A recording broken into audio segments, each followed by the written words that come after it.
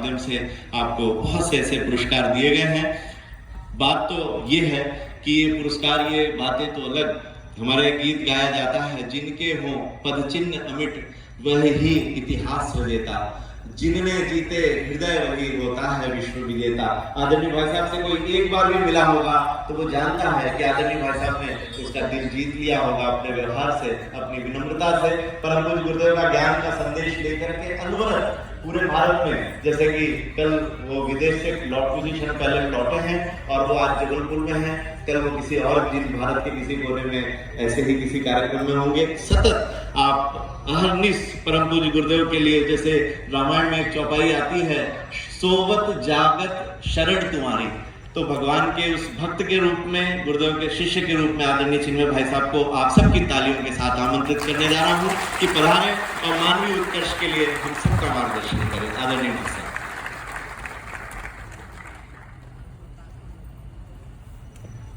बहुत धन्यवाद आशीष। मित्रों, परम पूज्य गुरुदेव परम वंदनीय माता जी की दिव्य उपस्थिति को साक्षी मानते हुए माँ गायत्री के पावन मंत्र के साथ मैं अपनी बात को आरंभ करना चाहता हूँ। माँ गायत्री का ये पवित्र मंत्र भारतीय आध्यात्मिक परंपरा का सबसे पावन, सबसे पवित्र, सबसे पुनीत मंत्र, मानवीय चित्त, मानवीय चिंतन और मानवीय चेतना के समग्र रूपांतरण का मंत्र है। ये स्मरण दिलाने का मंत्र है कि भारतीय शास्त्रों ने जिस एक शाश्वत सत्य की ओर इशारा किया, वो इस सत्य की ओर इशारा किया कि मनुष्य का जीवन जो न जाने कितनी योनियों में भटकने के बाद इंसान को एक सौभाग्य के रूप में मिलता है। मानस भवन के अंदर हम लोग बैठे हैं। वो स्वामी तुलसीदास जी ने रामचरित मानस में ही कहा, बड़े भाग मनुज तन पावा, सुर दुर्लभ सदग्रंथ गावा। बड़े भाग्य से, सौभाग्य से, अनेकों जन्मों के पुण्य का प्रकाश उदय होने के बाद जीवात्मा को मानवीय जीवन को प्राप्त करने का सौभाग्य मिल पाता है। और उस सौभाग्य के साथ जो एक और सत्य जुड़ता है, वो ये जुड़ता है कि ये जीवन न केवल एक सौभाग्य के रूप में मिला, बल्कि एक संभावना के रूप में भी मिला। दोनों ही तरह की संभावनाओं को लेकर मनुष्य धरती पर आता है। जीवन पतित हो जाए, चिंतन दूषित हो जाए, भावनाएं विकृत हो जाए, व्यक्ति का दृष्टिकोण एक गलत दिशा में चला जाए, तो उसी मनुष्य को अपराधी बनते, दुष्ट बनते, पापी बनते, पतित बनते, पराभव की ओर मुड़ते कौन नहीं देखता। व्यक्ति वही रहता है पर उसकी चेतना दूषित हो जाती है, संरचना वही रहती है पर उसके अंदर की आत्मा गलत दिशा को मुड़ जाती है। और उसी मनुष्य के जीवन के अंदर एक संभावना वो भी है जहां पर चिंतन परिष्कृत हो, व्यक्तित्व उत्कृष्ट हो, भावनाएं उदार हो और जीवन का पथ प्रकाशित हो, तो उसी मनुष्य के जीवन के अंदर हम लोग संत को, सिद्ध को, महात्मा को, अवतार को उदय होते हुए देखते हैं।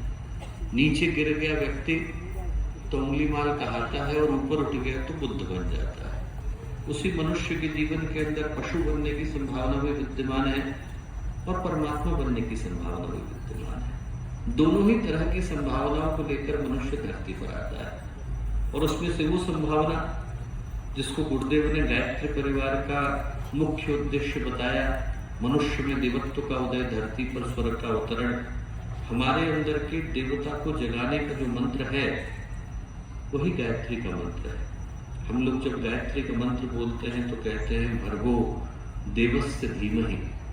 हमारे अंदर साहस को प्रदान करें, वीर्यं वा भर्गै, उस शक्ति को प्रदान करें जिसके जागरण के बाद व्यक्ति आत्मपथ की इस यात्रा पर पूरे विश्वास के साथ आगे बढ़ता है। देवस्य, हमारे अंदर की देवीय संभावनाओं को जागृत करने की शक्ति प्रदान करें। देवता कौन हुए?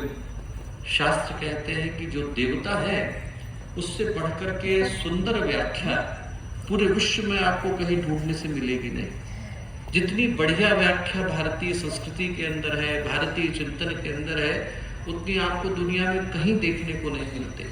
आप ग्रीक गॉड्स को देख लें, रोमन गॉड्स को देख लें, आप पैगन्स को देख लें, माओरीज को देख लें, दुनिया के किसी कोने में चले जाइए, पर जितनी सुंदर सटीक व्याख्या भारतीय संस्कृति के अंदर है, उतनी कहीं देखने को नहीं मिलते।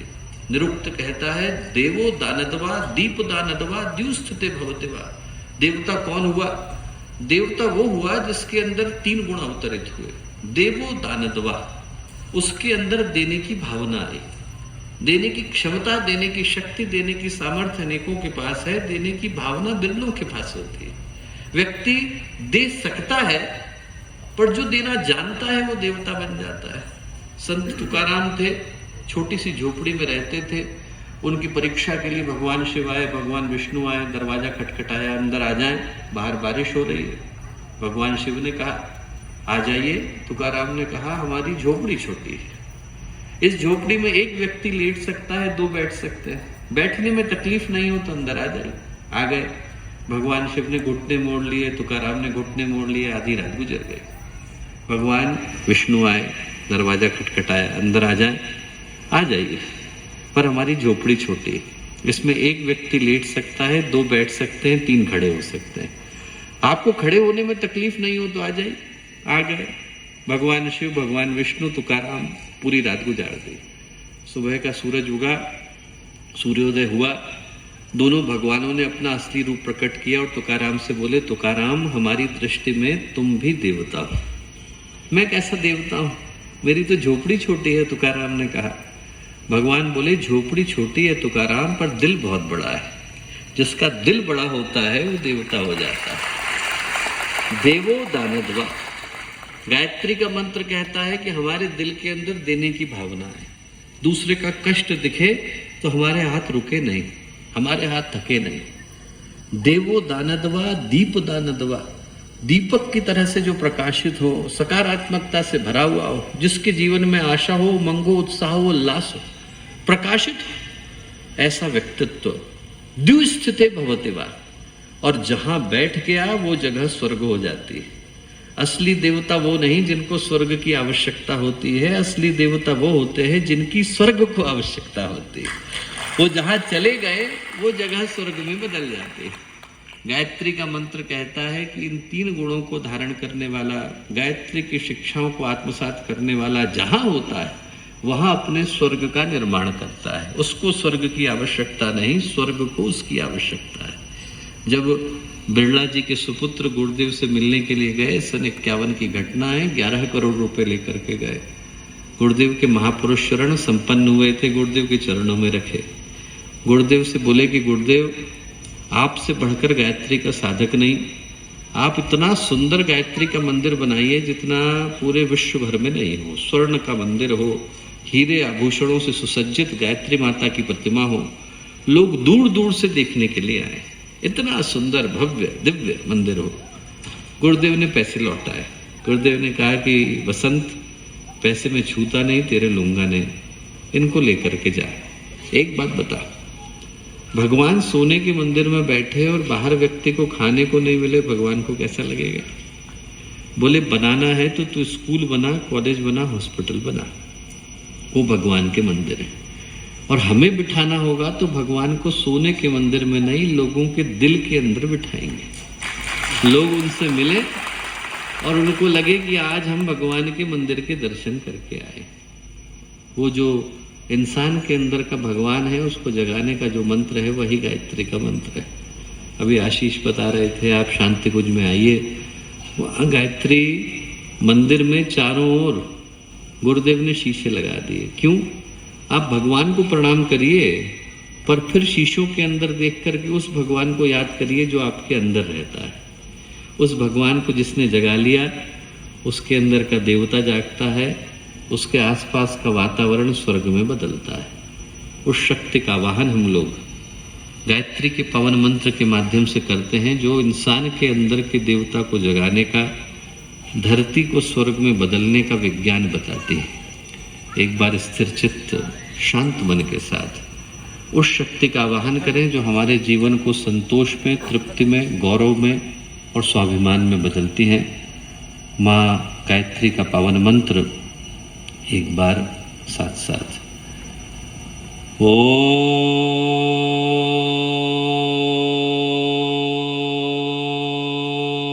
भूर्भुवः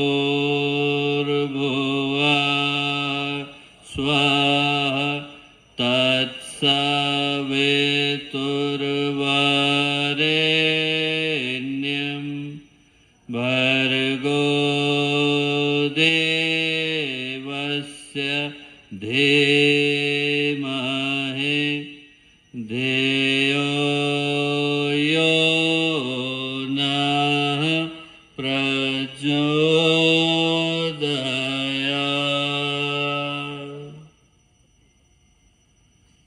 परम पूज्य गुरुदेव परम वंदनीय माता जी के दिव्य संरक्षण में महाकौशल की पवित्र भूमि